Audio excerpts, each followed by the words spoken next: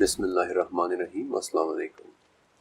خوابوں والے چیپٹر کا اختتام حضرت یوسف علیہ السلام کے سورج، چاند اور ستاروں والے خواب کی تعبیر پورا ہونے کے ساتھ ہوا تھا، لیکن اس تعبیر کے پورا ہونے کے بعد کچھ ایسے واقعات پیش آئے کہ وہاں سے بالکل ایک نئے چیپٹر کا آغاز ہوتا ہے۔ ایسے واقعات جنہوں نے آنے والی دنیا پر اپنی بہت گہری چھاپ چھوڑی یا شاید ہمیشہ کے لیے اس دنیا کو بدل دیا۔ عبداللہ ابن مسعود رضی اللہ تعالیٰ عنہ سے ہمیں پتہ چلتا ہے کہ یعقوب علیہ السلام کے ساتھ اس وقت 63 لوگ کنعان سے مصر آ کر آباد ہوئے تھے، لیکن صرف 4 نسلوں میں ان لوگوں کی آبادی 6 لاکھ ہو گئی۔ کنعان سے مصر آ کر آباد ہوئے یہ سیٹلرز جب طاقتور ہو گئے تو انہوں نے بادشاہوں کے ساتھ لڑائیاں بھی کی اور کچھ کو مار بھگا کر مصر کی بادشاہت بھی لے لی اور مصر کی تاریخ میں ہکسوس کہلائے، یعنی کہ باہر سے آنے والے بادشاہ۔ لیکن ان لڑائیوں کے نتیجے میں مصر سے بھاگ جانے والی اصلی بادشاہوں نے وقفے سے اگلے 30 سال تک جدوجہد جاری رکھی۔ وہ لوگ مصر واپس لینے کے لیے کوششیں کرتے رہے اور بالآخر احموسے نامی ایک شخص نے انہیں کامیابی سے ہرا دیا اور مصر میں فرعونیت کی ایک بالکل نئی شکل متعارف ہوئی۔ وہ فرعون جو حضرت یوسف علیہ السلام کے زمانے کی طرح نرم دل نہیں تھے، بلکہ ایسے فرعون جو پہلے سے کہیں زیادہ ظالم، طاقتور اور غسیل بادشاہ تھے۔ اس دفعہ ان کے پاس گھوڑوں سے چلنے والی تیز گاڑیاں بھی تھیں جنہیں ہم رتھ کہتے ہیں، لیکن سب سے بڑھ کر ان کے اندر ہکسوس کے خلاف شدید غصہ تھا، اور یہی غصہ آگے چل کر کنعان سے آئے سیٹلر سے شدید نفرت کی صورت میں نکلا۔ وہی سیٹلرز کہ جنہیں آج ہم بنی اسرائیل کے نام سے بھی جانتے ہیں، اور یوں بنیاد پڑی ایک ازلی دشمنی کی، فرعونوں کی بنی اسرائیلیوں کے ساتھ ایک ازلی دشمنی، جسے انہوں نے بنی اسرائیل کو اپنا غلام بنا کر نکالا۔ بنی اسرائیل کے فرعون کے سامنے وہ بدترین غلامی جس سے نکالنے کے لیے پھر حضرت موسیٰ علیہ السلام کو بھیجا گیا۔ لیکن یہ فرعون آخر ہوتا کیا ہے؟ ہمارے پاکستان میں جب کسی کو ظالم، بے رحم اور بے دل ظاہر کرنا ہو تو ہم اسے فرعون کا ٹائٹل دیتے ہیں۔ انفیکٹ ایسا ہی تھا۔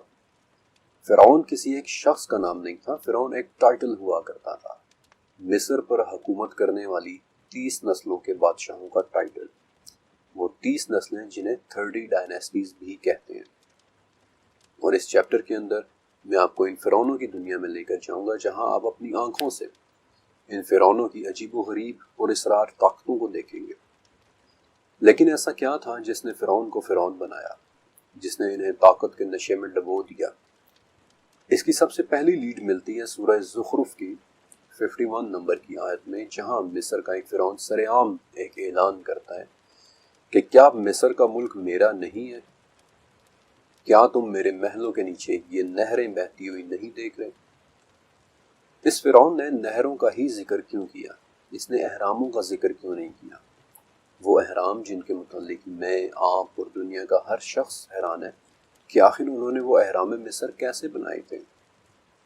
آج درجنوں تھیوریز موجود ہیں، لیکن کوئی بھی یقینی طور پر یہ نہیں کہہ سکتا کہ 250 ٹن وزنی پتھروں کو احراموں میں کیسے لگایا گیا تھا، جبکہ نہروں میں ایسا کیا خاص تھا کہ فرعون نے ان کا نام لے لیا کہ کیا تم میری نہروں کو نہیں دیکھتے؟ Let me tell you something very interesting۔ فرعونوں کی طاقت نہ تو احرام مصر تھے اور نہ ہی ان کے بڑے بڑے مجسمے، بلکہ سورہ زخرف کی آیت ہمیں فرعونوں کی طاقت کے اصل سرچشمے کے بارے میں بتاتی ہے، ان کا کینال سسٹم، ان کا نہری نظام۔ ان کا کینال سسٹم ان کی چھپی ہوئی اصل طاقت تھے۔ ان 30 ڈائنیسٹیز میں بالکل شروع کے فرعونوں نے اپنا دارالحکومت میمفس میں بنایا تھا، دریائے نیل کے ڈیلٹا کے قریب پہلا بڑا شہر جہاں سے بہتی نہروں کا نظام بڑے ہی اچھے طریقے سے کنٹرول ہو سکتا تھا۔ لہٰذا دریائے نیل کی زراعت سے آہستہ آہستہ مصر کی دولت بڑھنے لگی، فرعون امیر ہوتے چلے گئے اور دور کے علاقوں میں بھی گورنرز لگا دیے۔ اب نہروں کی وجہ سے ان دور دراز کے علاقوں سے اناج، پھل اور ریسورسز کو کشتیوں کے ذریعے میمفس میں اکٹھا کرنا بڑا آسان تھا، اور انسانی فطرت ہے کہ جب استقامت اور پیسہ آتا ہے تو دل میں عجیب و غریب خیالات کا پیدا ہونا لازم ہے۔ لہٰذا ان فرعونوں کے دل میں بھی ایک خواہش پیدا ہوئی کہ اس عیش و عشرت کو کبھی ختم نہیں ہونا چاہیے، مرنے کے بعد بھی نہیں، لہٰذا فرعون اپنے ان دور دراز کے گورنرز پر زور ڈالنے لگے کہ بادشاہ کے لیے زیادہ سے زیادہ ریسورسز اکٹھے کیے جائیں۔ اب ان ریسورسز کے لیے گورنرز نے سوڈان تک کے علاقے پر قبضہ کیا، جہاں سے پھر سونے کی کانیں نکل آئیں۔ انفیکٹ اگر دنیا کے سب سے پرانے نقشے کی بات کریں تو وہ سوڈان ہی کی ان کانوں کا نقشہ تھا جسے ایجپشنز نے بنایا تھا۔ وہ سونا جسے پھر نہروں کے ذریعے فرعون تک پہنچایا جاتا، اور یوں شروع ہی نہروں کے ذریعے طاقت کے نشے میں ڈوبے ہوئے فرعونوں کی فرعونیت، جس میں وہ اپنی طاقت کا اعلان کرتا ہے، اور جو سورہ زخرف میں ہے کہ کیا مصر میرا نہیں ہے، کیا تم میری ان نہروں کو نہیں دیکھ رہے؟ ابن عباس رضی اللہ تعالیٰ عنہ کے مطابق انہی فرعونوں میں سے ایک فرعون نے خواب دیکھا کہ ایک آگ کنعان کی طرف سے مصر چلی آ رہی ہے، جس نے فرعون کے تمام لوگوں کے گھروں کو جلا دیا ہے، لیکن وہ سیٹلرز جو کنعان سے آ کر مصر میں آباد ہوئے ہیں، جنہیں ہم بنی اسرائیل کہتے ہیں، ان کے گھر سلامت رہے ہیں۔ اب فرعون ایک بادشاہ تھا اور بنی اسرائیل اس بادشاہ کے غلام، لہٰذا اس نے تمام کاہنوں، نجومیوں اور جادوگروں کو اکٹھا کیا اور ان سے پوچھا کہ میرے اس خواب کی کیا تعبیر ہے، اور ان سب نے جواب دیا کہ بنی اسرائیل میں ایک بچہ پیدا ہوگا اور اسی کے ہاتھوں اہل مصر کی ہلاکت ہوگی۔ اور یہ وہ وقت تھا جب اس فرعون نے ایک بڑا ہی سخت فیصلہ کیا۔ فرعون کے اس فیصلے کا ذکر قرآن پاک میں 4 جگہ پر ہے، سورہ بقرہ، سورہ اعراف، سورہ ابراہیم اور سورہ قصص، کہ ان کے بیٹوں کو قتل کر دو اور ان کی بیٹیوں کو زندہ چھوڑ دو۔ لیکن فرعون نے اس قدر سخت آرڈرز کیوں دیے؟ اگر آپ کو 9واں چیپٹر یاد ہے تو حضرت ابراہیم علیہ السلام کی پیدائش سے پہلے نمرود کے نجومیوں نے بھی ایک ایسی ہی پیشن گوئی کی تھی، اور اس نے بھی فوراً بچوں کو قتل کر دینے کے آرڈرز جاری کیے تھے۔ اور اس کی کیا وجہ تھی؟ 2 دریاؤں کے درمیان رہنے والوں کا ستاروں پر اندھا اعتقاد۔ لیکن مصر میں ایسا کیا تھا کہ جس پر مصریوں کا اندھا اعتقاد تھا؟ 1798 میں نپولین بوناپارٹ نے مصر کی طرف ایک مہم کی تھی۔ اس مہم میں نپولین کے ساتھ 160 سویلین اسکالرز، سائنسدان اور 2000 آرٹسٹس اور ٹیکنیشینز تھے۔ ان تمام لوگوں اور اس پورے ایکسپیڈیشن کی مدد سے 10 سال بعد ایک کتاب لکھی گئی تھی۔ انفیکٹ یہ کتاب 38 جلدوں پر لکھی گئی تھی، جس کا نام ڈسکرپشن ڈیلا جپٹے تھا، یعنی کہ مصر کا تاکو۔ 38 جلدوں کی اس کتاب کے اندر نپولین کے اسکالرز نے مصر کے متعلق جو کچھ بھی سیکھا، اس کے سائنسدانوں نے جو کچھ بھی دریافت کیا، ڈسکور کیا، اور اس کے آرٹسٹس نے جو کچھ بھی تصور کیا، امیجن کیا، وہ سب اس کتاب میں موجود ہے۔ اس کتاب کے اندر ایسی ایسی تصاویر بنی ہے کہ انسان قدیم مصر میں کھو جاتا ہے۔ اس کتاب کے ذریعے مجھے مصر کے فرعین کی سوچ، بنی اسرائیل کے حالات اور مصریوں کی ایک ایسی عجیب و غریب مہارت کے متعلق جاننے کا موقع ملا جن میں سے بہت سی باتوں پر آپ شاید یقین بھی نہ کریں۔ نپولین کی اس کتاب میں قدیم مصریوں کے کچھ عقائد دیکھ کر تو پتہ چلتا ہے کہ کسی زمانے میں ان تک آسمانی مذہب تو پہنچا تھا۔ مثلا ان کا ماننا تھا کہ آسمان ایک علیحدہ شے ہے۔ مثلا ان کا ماننا تھا کہ مرنے کے بعد انسان ایک جگہ چلا جاتا ہے جسے لواط کہتے ہیں، یعنی کہ برزخ کا کانسیپٹ۔ مثلا وہ یہ بھی مانتے تھے کہ کوئی ایسی چیز ہے جو موت کے وقت جسم کو چھوڑ دیتی ہے، جسے وہ کاہ کہتے تھے، یعنی کہ روح کا کانسیپٹ۔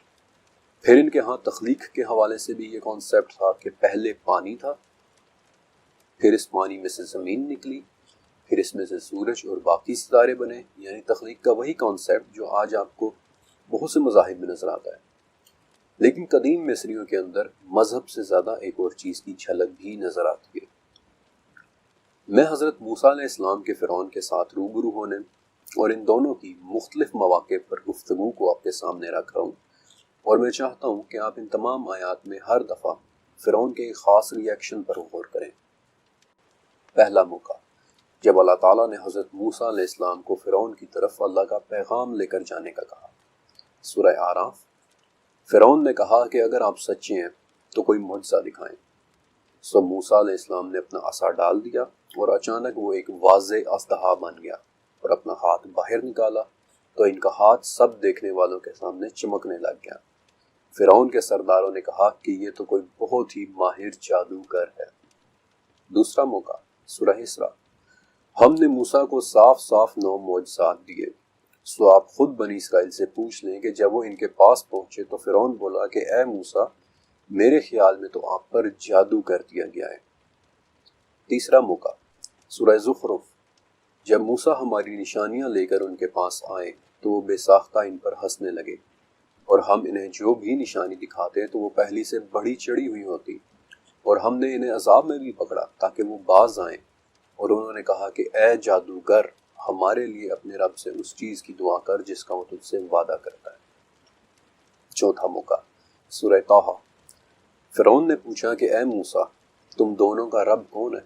انہوں نے جواب دیا کہ ہمارا رب تو وہ ہے جس نے ہر ایک کو پیدا کیا ہے، پھر اسے راستہ سمجھایا ہے۔ تو فرعون کہنے لگا کہ اے موسیٰ، کیا تم اس لیے آئے ہو کہ اپنے جادو کے زور سے ہمیں ملک سے باہر نکال دو؟ ہم بھی تمہارے مقابلے میں ایسا ہی جادو لائیں گے۔ پانچواں موقع سورہ نمل۔ جب ان کے پاس ہمارے آنکھیں کھول دینے والے معجزے پہنچے تو وہ کہنے لگے کہ یہ تو صاف صاف جادو ہے۔ چھٹا موقع سورہ قصص۔ جب موسیٰ ہمارے دیے ہوئے معجزات لے کر ان کے پاس پہنچے تو وہ کہنے لگے کہ یہ تو صرف ان کا خود سے بنایا ہوا جادو ہے۔ ساتواں موقع سورہ غافر۔ اور ہم نے موسیٰ کو اپنی آیات اور واضح دلائل کے ساتھ فرعون، حامان اور قارون کی طرف بھیجا تو ان سب نے کہا کہ یہ جادوگر اور جھوٹا ہے۔ آٹھواں موقع سورہ ذاریات۔ موسیٰ کے قصے میں بھی ہماری طرف سے تنبیہ ہے کہ ہم نے انہیں فرعون کی طرف واضح نشانیاں دے کر بھیجا، سو اس نے اپنی قوت کی وجہ سے منہ موڑا اور کہنے لگا کہ یہ تو جادوگر ہے یا پھر مجنون۔ نواں موقع سورہ اعراف۔ فرعون کے سرداروں نے کہا کہ آپ شہروں میں اپنے ہرکارے بھیجیں کہ وہ سب ماہر جادوگروں کو آپ کے سامنے لائیں۔ جب وہ جادوگر فرعون کے سامنے حاضر ہوئے تو کہنے لگے کہ اگر ہم اپنے جادو میں جیت گئے تو کیا ہمیں کوئی بڑا انعام ملے گا؟ اب آپ کچھ نوٹس کر رہے ہیں کہ جب جب موسیٰ فرعون کے سامنے کوئی دلیل یا کوئی نشانی یا کوئی بات پیش کرتے تو اس کا ان سب کا آگے سے ایک ہی جواب ہوتا تھا، یہ جادو ہے، آپ جادوگر ہیں، میں بھی اس کے مقابلے میں جادو لاؤں گا، یہ جادو کے سوا اور کچھ بھی نہیں۔ یہی جواب حامان اور قارون کا بھی ہوتا، یہی جواب اور مشورہ فرعون کے سرداروں کا ہوتا کہ یہ بہت بڑا جادوگر ہے، آپ اپنے جادوگروں کو بلوائیں۔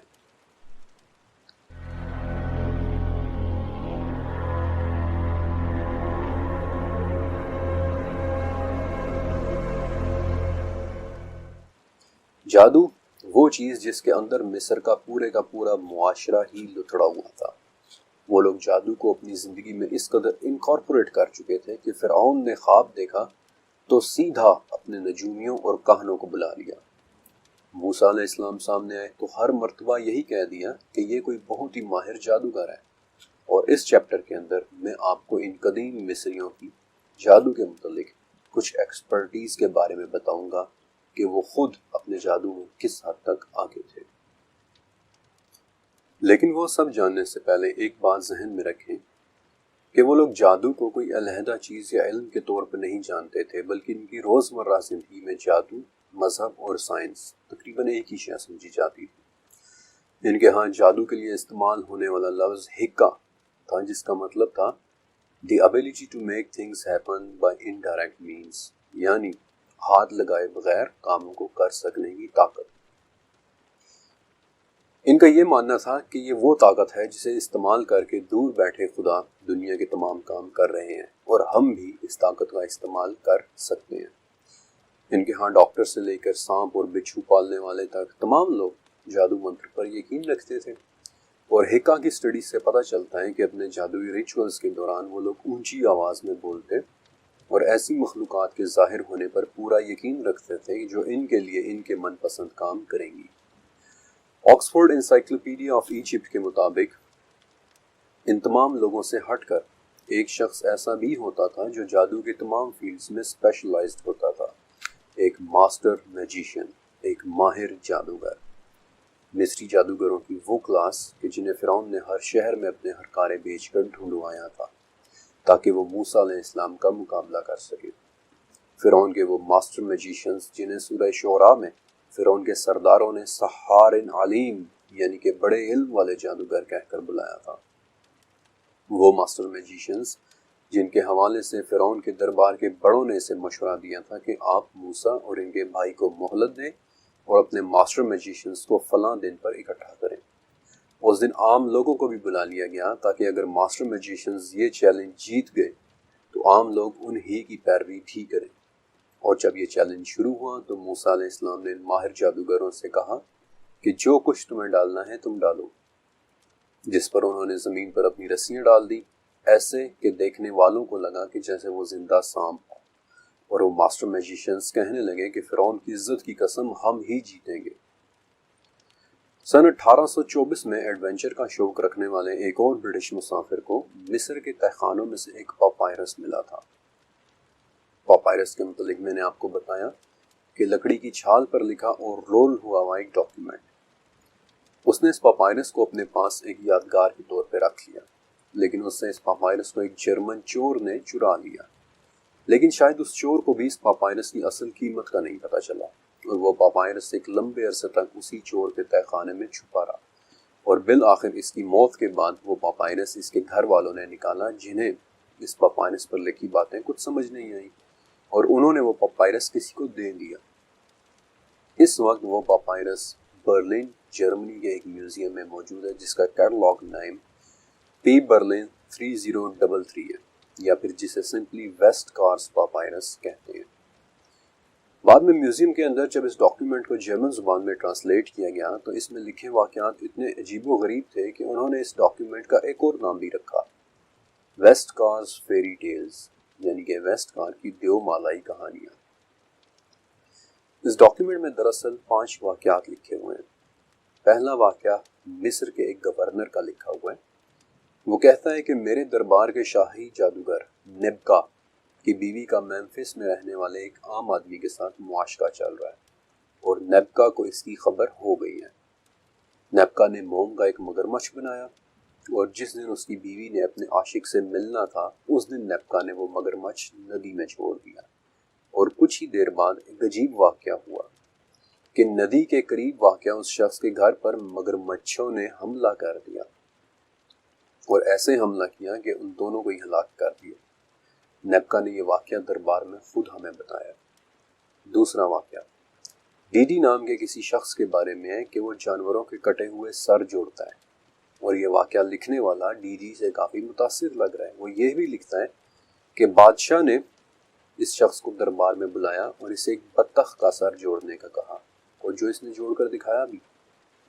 اسی طرح ایک تیسرا واقعہ بھی ہے کہ جس میں چوتھی ڈائنیسٹی کا ایک فرعون اپنے بیٹے کے متعلق لکھتا ہے کہ کیسے آج اس نے دربار کے اندر جادوگروں کو حیرت انگیز چیزیں کرتے دیکھا۔ لیکن یہ پاپائرس اتنی اہم اس لیے بھی ہے کیونکہ جس وقت یہ لکھی گئی تھی اس وقت مصر اپنے بالکل شروعاتی دور میں تھا۔ اس وقت ان کی زبان بھی اتنی ڈیولپ نہیں ہوئی تھی، اور یہ بڑی اہم بات ہے کہ جس دور میں نہ ان کی زبان اتنی ڈیولپ ہوئی تھی نہ ان کا آرٹ اتنا ڈیولپ ہوا تھا، ایسے شروعاتی دور میں اتنے کمپلیکس یا پیچیدہ ٹیکسٹ کا لکھے جانا ایک بڑی عجیب بات ہے۔ یوں لگتا ہے کہ جیسے وہ لوگ کسی کام کے ماہر تھے یا نہیں تھے، لیکن وہ جادو میں ضرور ماہر تھے۔ اس پاپائرس کی ایک اور بہت ہی اہم دلچسپ بات ہے کہ جو میں آپ کو پھر کسی چیپٹر میں بتاؤں گا۔ البتہ ان کی روزمرہ زندگی کے متعلق جو بھی ہمیں سکرولز یا پاپائرسز ملے ہیں ان میں جگہ جگہ ان قدیم مصریوں کے منتر لکھے ہوئے ملتے ہیں، اور ان سکرولز کو وہ اپنے مندروں یا ٹیمپلز میں بڑی محفوظ جگہ پر رکھ دیتے ہیں، اور ان میں سب سے مشہور ٹیکسٹ شاید کتاب الموت ہے، اور آپ نے یقیناً اس کے متعلق سن رکھا ہوگا کیونکہ یہی وہ کتاب ہے جو دی بک آف دا ڈیڈ کے نام سے مشہور ہے۔ یہی وہ ٹیکسٹ ہے کہ جس پر دی ممی کے نام سے ایک فلم بھی بنی تھی۔ یہ کتاب یا ٹیکسٹ کسی ایک شخص کا لکھا ہوا نہیں ہے، بلکہ اسے تقریباً 1000 سال کے عرصے میں کئی پجاریوں نے لکھا ہے، پریسٹس نے لکھا ہے، ہائی پریسٹس نے لکھا ہے۔ یہ بیسیکلی کوئی ایک کتاب نہیں ہے بلکہ مختلف جگہوں پر لکھا ہوا بکھرا ہوا ٹیکسٹ ہے، مرتبانوں پر، کیڑے مکوڑوں کے خول پر، بالخصوص اسکیربس کے خول پر منتروں کی صورت میں لکھا ہوا۔ اس کے بعض منتر تابوتوں کے اندر بھی ٹیکسٹ کی صورت میں لکھے ہوئے ہیں، جنہیں آج ہم کوفن ٹیکسٹ کہتے ہیں۔ بعض اوقات یہ منتر فرعون کے مقبرے کی پوری دیوار پر لکھے جاتے تھے، جیسے آج ٹی ٹی کے مقبرے کی دیوار پر لکھے ہوئے ہیں۔ اور یہ وہ منتر ہیں کہ جو صرف فرعونوں کے لیے مختص ہوتے تھے۔ یہ منتر نہ تو عام انسان کے علم میں ہوتے تھے اور نہ ہی انہیں سیکھنے کی اجازت ہوتی تھی، اور کچھ فرعین تو اپنے لیے بالخصوص منتر انوینٹ کرواتے تھے، ایجاد کرواتے تھے۔ مثلا ایک فرعون ملکہ تھی منتوحتب، جس نے اپنے لیے کئی ایک منتر انوینٹ کروائے تھے، جن میں سے زیادہ تر منتر ملکہ کی جسمانی اور اس کی شکلی خوبصورتی کے متعلق تھے۔ اس بک آف دی ڈیڈ کے زیادہ تر منتر رو کے لفظ سے شروع ہوتے ہیں، جس کا بیسکلی مصری زبان میں مطلب ہوتا تھا آہستہ سے منہ کھولنا، خاموشی سے کچھ بولنا، آہستگی سے کہی ہوئی کوئی بات، سرگوشی، جس سے پتہ چلتا ہے کہ ان کے منتر پڑھنے کا انداز کسی سرگوشی جیسی صورت میں ہوتا تھا۔ آج سے 3500 سال پہلے کے مصر میں، یعنی کہ حضرت موسیٰ علیہ السلام سے تقریباً 100 سال پہلے، ایک پاپائرس لکھی گئی تھی جسے آج ایبرس پاپائرس کہتے ہیں۔ میں آپ کو اس پاپائرس کے متعلق بالخصوص بتانا چاہتا تھا تاکہ آپ دیکھ سکیں کہ موسیٰ علیہ السلام کے زمانے تک ان قدیم مصریوں کا جادو کس حد تک ڈیولپ ہو چکا تھا۔ ایبرس پاپائرس 60 فٹ لمبی ایک پاپائرس ہے اور اس میں 700 جادوئی منتر لکھے ہوئے ہیں۔ لیکن عجیب بات یہ ہے کہ اسی پاپائرس میں ان کی میڈیکل سکلز کے بارے میں بھی بڑی تفصیل سے لکھا ہوا ہے۔ آپ کو یاد ہے میں نے بتایا تھا کہ وہ لوگ جادو اور ریل سائنس میں کوئی فرق نہیں کرتے تھے۔ ایبرس پاپائرس اس کی سب سے بڑی مثال ہے۔ یوں سمجھ نہیں آتا کہ یہ میڈیکل کی کتاب میں لکھے ہوئے منتر ہیں یا منتروں کی کتاب میں لکھی ہوئی میڈیکل سائنس ہے۔ انفیکٹ یہ بالکل ایسا ہی ہے کہ جیسے آج انسائکلوپیڈیا بریٹانیکا میں آپ جھاڑ پھونک کے طریقے لکھے ہوئے پڑھ رہے ہوں۔ بہرحال اس پاپائرس کے 700 منتروں میں سے اب تک 192 منتر ٹرانسلیٹ کیے جا چکے ہیں۔ نمبر 26 سے نمبر 30 تک کے منتر دل کے متعلق ہیں، کیونکہ دل کے متعلق یہ قدیم مصری بہت حساس تھے۔ ان کا ماننا تھا کہ دل ہی سوچ اور یادداشت کا منبع ہے، اور دل کے متعلق انہوں نے کافی منتر لکھے ہیں۔ مثلا 125 نمبر کا منتر کسی کے دل کو اچھا یا برا کرنے کے بارے میں، دل کو خوش کرنے کے لیے 105 نمبر کا منتر ہے، بلکہ ان کے ہاں لو سپیلز یعنی محبت سے متعلق منتروں کی پوری ایک ژانر تھی۔ مثلا کسی کے دل میں اپنی محبت جگانا یا ماند پڑ چکی ہوئی محبت کو ریوائیو کرنا۔ البتہ منتر 79 بہت ہی عجیب و غریب، جو جسم اور روح کو علیحدہ کرنے اور پھر دوبارہ جوڑنے کی بات کرتا ہے۔ حتیٰ کہ اپنے سائے کی حفاظت تک کے لیے بھی اس پاپائرس کے اندر منتر موجود ہیں۔ مثلا منتر نمبر 91، نمبر 92 اور نمبر 188۔ لیکن اب وہ لوگ کس چیز کو سایہ کہتے تھے؟ میرا نہیں خیال کہ وہ سورج کی روشنی سے پڑنے والے سائے کی بات کر رہے تھے، بلکہ میرے خیال میں وہ قرین یا ہمسات جیسی کسی اینٹی، جیسے کسی شے کو اپنا سایہ کہہ کر ریفر کرتے تھے، لیکن یہ میرا اپنا خیال ہے۔ بہرحال اس پاپائرس کو دیکھ کر یوں لگتا ہے کہ جیسے جادوئی منتر ان کے لیے ایسے تھے جیسے روزمرہ کی زندگی کی دعائیں ہوں۔ ذاتی طور پر مجھے جو منتر سب سے عجیب و غریب لگا وہ پاپائرس آف آنی کا 17 نمبر کا منتر ہے۔ یہ وہ منتر ہے جس کے عمل کی تصویر بھی اس پاپائرس میں بنی ہوئی ہے، ایسی تصویر جس میں ایک ریچول یا ایک طریقہ کار دکھایا گیا ہے کہ کیسے پانی کو ایک میڈیم کے طور پر استعمال کرتے ہوئے ایک غیر انسانی ریلم میں ایک دروازہ کھولا جا سکتا ہے، جس کے کھلنے کے بعد تابوت میں لیٹا شخص اٹھ بیٹھے گا۔ آپ کو یاد ہے میں نے بتایا تھا کہ قدیم مصری اس بات کا مکمل یقین رکھتے تھے کہ ان کے جادو کے دوران مختلف مخلوقات ظاہر ہوتی ہیں۔ یوں لگ رہا ہے کہ اس منتر 17 کے دوران تابوت میں وہ کسی ایسی ہی مخلوق کے ظہور کی بات کر رہے ہیں، اور مجھے ان کے ہاں ان مخلوقات کے کچھ نام بھی ملے ہیں جو بڑے عجیب و غریب ہیں۔ مثلا وہ کہ جو سانپوں میں رہتا ہے، وہ کہ جو خون میں ناچتا ہے، ہاتھ پکڑنے والا، بند آنکھوں والا وغیرہ۔ لیکن ایک دلچسپ بات یہ ہے کہ ان مصری ناموں کا کچھ اثر اور ذکر مجھے 2500 سال پرانے یونان میں بھی ملا۔ مثلا افلاطون نے ایک کتاب لکھی تھی آنزلم فائرباخ، جس میں وہ لکھتا ہے کہ یہ غیر انسانی قوتیں مصر کی جادوئی پریکٹسز میں ان کی مدد کرتی تھی، اور اس کتاب کا جو جرمن ترجمہ میرے پاس موجود ہے، اس میں افلاطون نے انہیں ایک بڑا ہی عجیب نام دیا ہے، بڑا ہی خاص نام دیا ہے، گرینز گیگنر، یعنی کہ بارڈر کراسرز۔ عام الفاظ میں وہ جو کسی اور عالم سے انسانی عالم میں داخل ہوتے ہیں۔ کئی مصری شہروں کی کھدائی کے دوران وہاں سے موم یا سیسے کی ایسی ٹیبلٹس بھی ملی ہیں جن پر جادوئی منتر لکھے ہوئے تھے، اور انہیں ٹرانسلیٹ کرنے پر پتہ چلتا ہے کہ وہ منتر دو قسم کے تھے۔ ایک وہ کہ جو کسی غیر انسانی مخلوقات کو بلا سکتے ہیں، اور دوسرے وہ جو ان مخلوقات کے آنے پر ان سے حفاظت کر سکتے ہیں۔ ٹرانسلیشن کے حوالے سے دی بک آف دی ڈیڈ اور ان سکرولز کے بڑے حصے کو 1824 میں کارل ریچرڈ لیپسیس نے ٹرانسلیٹ کیا تھا۔ وہ زبانوں کا ایک ماہر، ایک آرکیولوجسٹ اور ان قدیم مصری علوم کا ماہر شخص تھا۔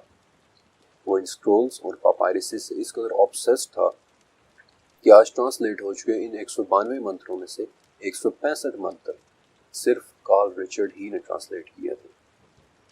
مصریوں کے جادوئی لٹریچر کے اندر ہی ان کی ٹاپ کی میڈیکل سائنس بھی لکھی ہوئی ہے۔ مثلاً ایبرس پاپائرس کے اندر دل کو خون کی سپلائی کرنے کا ذریعہ ڈکلیئر کیا گیا ہے، جو کہ سچ ہے۔ اس پاپائرس میں خون کی رگوں کے ذریعے پورے جسم میں پھیلنے اور گردوں کے فنکشنز تک پر بات کی گئی ہے۔ یہاں تک کہ آنکھوں میں آنسو کیسے آتے ہیں یہ تک ڈسکس ہوا ہے، اور ایک پورا چیپٹر جسے بک آف دی ہارٹ کا نام دیا گیا ہے وہ سارے کا سارا لٹریچر ہی ڈپریشن اور ڈیمنشیا کے مریضوں کے علاج پر ہے۔ میں نے آپ کو بتایا تھا کہ جادو ان کی زندگی میں اس قدر انکارپوریٹ ہو چکا تھا کہ وہ لوگ جادو اور ریئل سائنس کے درمیان فرق کرنا نہیں جانتے تھے، اور سمجھ نہیں آتی کہ یہ سکرولز منتروں کے سکرولز ہیں کہ جن میں ان کی ٹاپ کی میڈیکل سائنس لکھی ہوئی ہے، یا یہ ان کی میڈیکل سائنس کے سکرولز ہیں جن میں ان کے ٹاپ کے منتر لکھے ہوئے ہیں۔ جادو اور ریئل سائنس میں کوئی فرق نہ ہونے کے علاوہ قدیم مصریوں کے ہاں ایک بڑی عجیب سی چیز یہ بھی تھی کہ ان کے ہاں اچھا جادو، برا جادو، سفید جادو، کالا جادو، ان جیسے کوئی کانسیپٹس نہیں تھے۔ جادو کے وار سے بچنے والا بھی وہی جادوئی عمل یا ریچولز کرتا تھا کہ جو وار کرنے والا خود کرتا تھا۔ ہاں، دونوں میں ایک فرق ضرور ہوتا تھا کہ وار کرنے والا چھپ کر اپنا وار کرتا تھا، جبکہ وار سے بچنے والا کھل کر اپنے ریچولز ادا کرتا تھا۔ قدیم مصری معاشرہ اس حد تک جادو میں لتھڑا ہوا تھا کہ آج بھی آپ کو جادو کے ماڈرن کانسیپٹس میں کئی جگہ اس پرانے مصر کے ٹریسز ضرور نظر آئیں گے۔ مثلاً جادو کے لیے ماڈرن انگلش لفظ میجک، جو 700 سال پرانے ایک یونانی لفظ میجیکوس سے نکلا تھا، لیکن میجیکوس کا لفظ بھی 2500 سال پرانے ایک ایرانی لفظ میگس سے نکلا تھا، جس کا مطلب راہب یا پجاری ہوتا تھا۔ لیکن ماگس کا لفظ بھی اوریجنلی ایرانی نہیں ہے، بلکہ ماگس کا لفظ بھی ایک مصری لفظ میجائے سے نکلا ہے، جس کا مطلب ہوتا تھا قدرت رکھنے والا۔ ایکچولی شاید آپ محسوس کر سکیں کہ اس لفظ کا ماخذ ہی ایک ایسا لفظ ہے کہ جس میں سرکشی کا مادہ صاف نظر آتا ہے، کیونکہ اس کائنات میں قدرت رکھنے والی ذات صرف ایک ہی ہے، وہ ذات جو ہر چیز پر قادر ہے، ہر چیز پر قدرت رکھتی ہے۔ آج ماڈرن کلچر کے جادو میں مصری دور کی جو دوسری چیز آپ کو نظر آئے گی وہ جادو کی چھڑی ہے۔ آپ نے ہیری پوٹر کی موویز سے لے کر جادوئی دنیا کے متعلق ہر ناول میں میجک وانڈ یا ایک جادو کی چھڑی دیکھی ہوگی، جہاں جادو کی چھڑی ہی جادوگر کی اصل طاقت ہوتی ہے۔ لیکن کیا کبھی آپ نے سوچا کہ جادوئی چھڑی کا کانسیپٹ آخر آیا کہاں سے تھا؟ شاید آپ کو یہ جان کر حیرت ہوگی کہ جادو سے انسپائرڈ لوگ جادو کی اس چھڑی کی انسپریشن حضرت موسیٰ علیہ السلام اور جادوگروں کے اس واقعے سے ہی لیتے ہیں جس میں جادوگروں نے اپنی چھڑیاں جادو کے زور سے سانپ بنتے دکھائی تھیں۔ انفیکٹ آج بھی انگلینڈ کے مانچسٹر میوزیم کے ایجپشن سیکشن میں فرعون کے زمانے کا ایک چھوٹا سا بت پڑا ہوا ہے جس کا جسم عورت کا، سر شیر کا، اور اس کے دونوں ہاتھوں میں چھڑیاں ہیں جو مڑے ہوئے سانپوں کی شکل میں ہیں۔ لیکن فرعون کے ماسٹر میجیشنز نے اپنی لکڑی کی چھڑیوں کو جس طرح سانپ دکھانے کا جادو کیا تھا، وہ کسی قسم کے ٹرانسفارمیشن سے متعلق جادو لگتا ہے، جو بیسیکلی ایک انتہائی پاورفل جادو ہے، جس کے کرنے والوں کے لیے فرعون کے درباریوں نے سحار علیم کا لفظ استعمال کیا تھا، بڑے علم والے جادوگر۔ لیکن پھر اس جادو کا کیا ہوا؟ سورہ طٰہٰ، جب موسیٰ علیہ السلام نے اپنے دل میں ڈر محسوس کیا تو ہم نے کہا کہ خوف نہ کریں، یقیناً آپ ہی غالب رہیں گے، جو آپ کے دائیں ہاتھ میں ہے اسے رکھ دیں۔ وہ ان کی بنائی ہوئی چیزوں کو نگل جائے گا۔ یہ تو جادوگروں کے ہتھ کنڈے ہیں، اور جادوگر کہیں سے بھی آئے وہ کامیاب نہیں ہوتا۔ اور تمام جادوگر سجدے میں گر پڑے اور کہہ اٹھے کہ ہم تو موسیٰ اور ہارون کے رب پر ایمان لائے۔ اپنے زمانے کا شاید سب سے طاقتور پاور شو جس میں انہوں نے اپنا بہترین ٹرانسفارمیشنل میجک دکھایا، بلکہ قرآن پاک خود ہمیں سورہ اعراف میں بتاتا ہے کہ انہوں نے اپنی طرف سے ایک طرح کا بڑا جادو دکھایا، لیکن جب موسیٰ علیہ السلام کے عصا نے بڑا اژدہا بن کر ان کے سانپوں کو کھا لیا تو وہ فوراً سجدے میں گر پڑے۔ یہ واقعہ سورہ شعراء میں بھی ہے اور سورہ اعراف میں بھی ہے۔ وہ جادوگر حقیقتاً اپنے کام میں ایکسپرٹس تھے، لیکن جو کچھ وہ دیکھ رہے تھے انہیں پتہ چل چکا تھا کہ جو موسیٰ نے کیا ہے وہ کوئی جادو نہیں ہے۔ اور جب ان کے سجدے پر فرعون غضبناک ہوا تو سورہ اعراف کے مطابق انہوں نے بھی آگے سے جواب دیا کہ کیا تو نے ہمارے کام میں کوئی عیب دیکھا تھا، سوائے اس کے کہ ہم اپنے رب پر ایمان لا رہے ہیں۔ اس میں کوئی شک نہیں کہ انہوں نے اپنی طرف سے مصر کے ٹاپ کا پاور شو دکھایا تھا، اور اسی لیے انہوں نے فوراً فرعون کو کہا کہ کیا تو نے ہمارے کام میں کوئی کمی دیکھی تھی۔ شاید اس دن مصر کے 700 منتروں میں سے سب سے بڑا پاور شو ہوا تھا، وہ 700 منتر جن میں سے ابھی ہم صرف 192 ہی ٹرانسلیٹ کر پائے ہیں۔ لیکن جواب میں ان جادوگروں نے جو دیکھا اس پر وہ رب کی قدرت پر ایمان لائے بغیر نہیں رہ سکے۔ بہرحال جادو ایک انتہائی قریح دنیا ہے، لیکن مصر صرف ایک آغاز تھا۔ It was just the beginning۔ آگے آنے والے چیپٹرز میں کچھ چیپٹرز ایسے ہوں گے جہاں میں آپ کو ان علوم کی کچھ مزید شکلیں بھی دکھاؤں گا، مزید بگڑی ہوئی شکلیں۔ آج سے چند سال پہلے یہ تمام باتیں مجھے شاید بہت زیادہ ڈرا بھی سکتی تھی۔ ان پاپائرس کو پڑھتے، ان پر ریسرچ کرتے، let me tell you the truth, میں نے چند بہت ہی عجیب و واقعات بھی ایکسپیرینس کیے تھے، لیکن سچ کہوں تو قرآن پر ریسرچ نے میری زندگی میں ایک واضح بدلاؤ پیدا کیا کہ میرے دل سے سوائے اللہ کے تمام چیزوں کے ڈر کو نکال دیا، اور مجھے سورہ انعام کی وہ آیت اپنے دل میں لکھی ہوئی محسوس ہوتی ہے کہ اگر اللہ تجھے کوئی تکلیف پہنچائے تو سوائے اللہ کے اسے کوئی دور نہیں کر سکتا، اور اگر اللہ تجھے کوئی نفع پہنچائے تو وہ ہر چیز کے کر دینے پر قادر ہے۔